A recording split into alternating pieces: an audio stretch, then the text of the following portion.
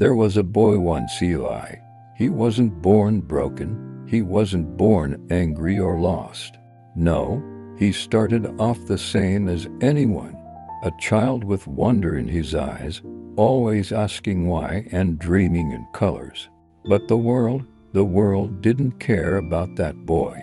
Not in the way he needed. His father would come home late, loud and full of rage. His mother would disappear into silence. He learned tiptoe through the house, memorizing every creak in the floorboards like landmines. The dinner table was a war zone, words thrown like knives, and no one ever said sorry. But what damaged Eli wasn't just the trauma. It was the denial of it, the pretending, the forced smiles in public, the way no one ever said, "Hey, something's wrong here." That gaslighting of reality itself became the poison. You see, the human mind is resilient, but it's not invincible. Trauma doesn't just sit in memory. It embeds in the body, it warps the nervous system. It rewires how someone sees the world, others, and most tragically, themselves. It teaches a child that they are not safe, not worthy, not real. And over time, that child grows. The mask grows with him. Eli became charming, funny. He learned how to read people, to shapeshift into whatever they needed. He became a master at it. And yet, underneath, he was empty, hollow, like a room abandoned after a fire. Walls still standing, but the soul gone. That's what unprocessed trauma does. It splits the self. Carl Jung once said, "The greatest tragedy of the family is the unlived lives of the parents." Eli inherited that tragedy, not just in genetics, but in the silence, and the suppression, and the cold legacy of emotional neglect. He didn't go crazy in a flash. It started with the insomnia, the feeling that something was always wrong even when everything seemed fine. Then came the paranoia, the rage, the self-hatred. He couldn't trust anyone, not even himself. Relationships turned into landmines. He'd push people away and then beg them to stay. Love became a battlefield where he played both soldier and saboteur. He tried therapy once, told the therapist he couldn't feel anything anymore, that his dreams didn't make sense, that sometimes he would look in the mirror and not recognize the man staring back. They told him it was anxiety, depression, but labels couldn't touch the real monster, the buried pain he never learned to speak. Because when trauma is ignored, it doesn't disappear. It hides, it festers, it waits, and one day it comes out. Maybe in a breakdown, maybe in addiction, maybe in the sudden silence of someone who used to laugh the loudest. Eli began talking to himself, not just random thoughts, but conversations, arguments, screams.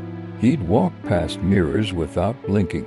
He started carrying a notebook, scribbling thoughts that made no sense to anyone else.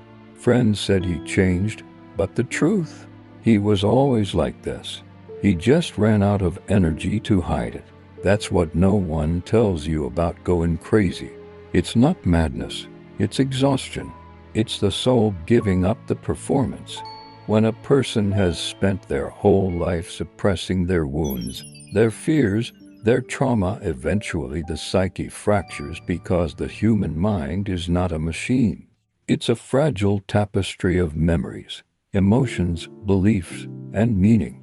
When too much of that tapestry is soaked in pain and silence, it begins to tear.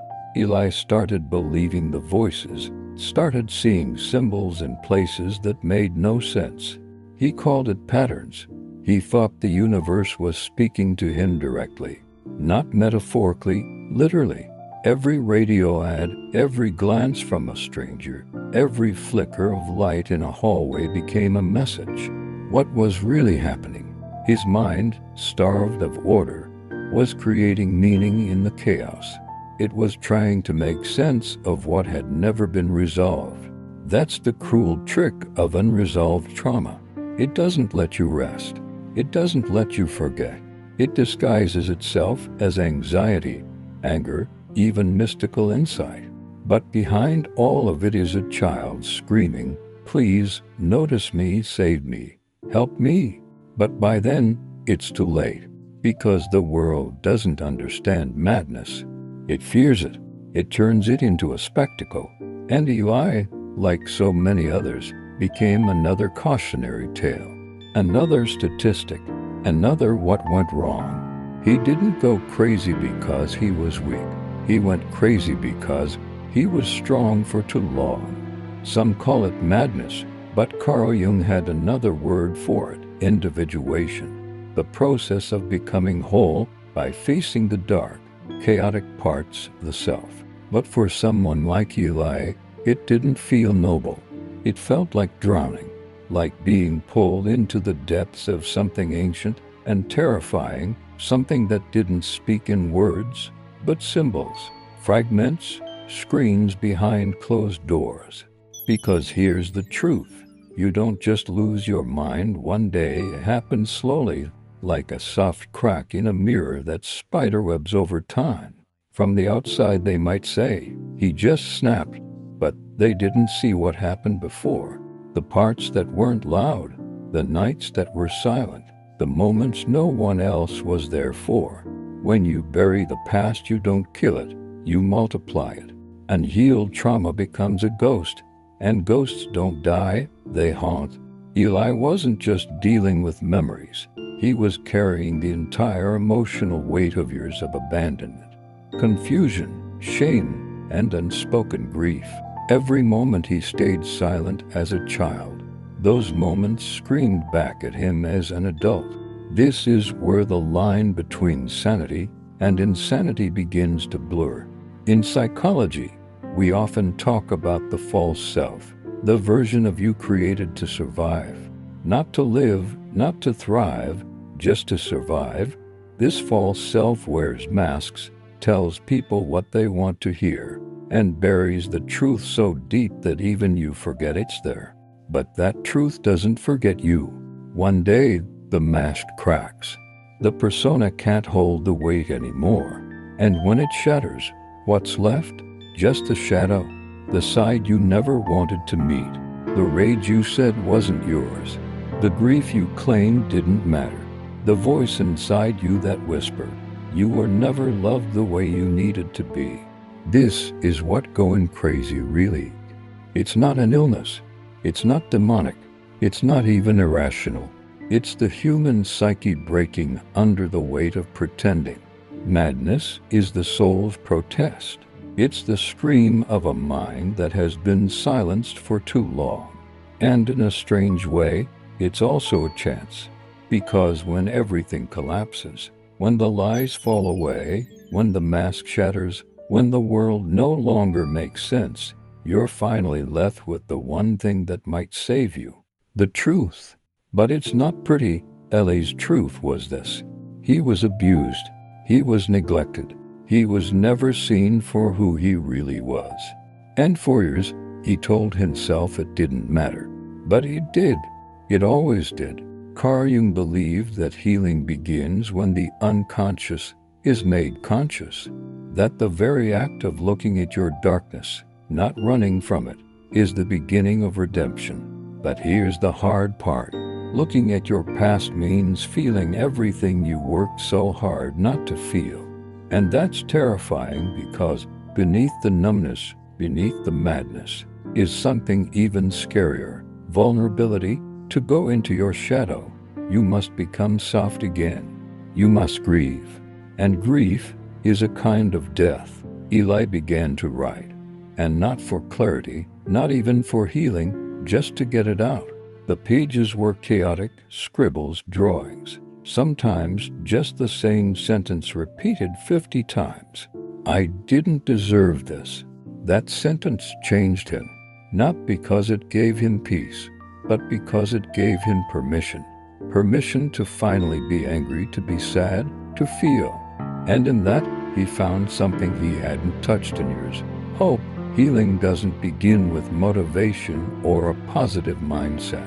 It begins with honesty, and honesty begins in pain. Eli began therapy again, but this time he didn't try to be impressive. He didn't try to be smart or spiritual. He just wept. For everything. For the child who grew up too fast. For the adult who never felt safe. For the madness that made sense once he stopped running from it.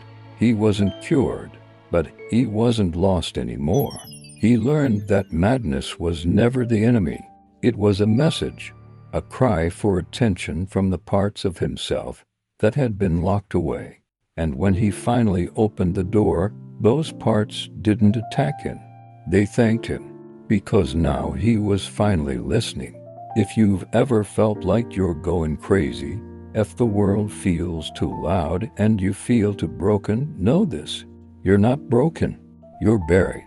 And healing is not becoming someone new. It's remembering who you were before the pain taught you to forget. How do you begin? Start with silence. Not the numb silence of disconnection, but the sacred silence of listening. Write, scream, walk, cry, but do it consciously. Do it without shame. Read books that go beyond symptoms, books that dive into the unconscious. The Body Keeps the Score by Bessel van der Kolk. Owning Your Own Shadow by Robert A. Johnson. The Drama of the Gifted Child by Alice Miller. Man and His Symbols by Carl Jung. These aren't just books. They are mirrors. They won't give you answers, but they will give you permission to ask the real questions. And most of all, don't heal to be perfect. Heal so you can be real. So you can look at the mirror and recognize the one looking back. Because the world doesn't need more masks. It needs more people who have survived their shadow and come back with light.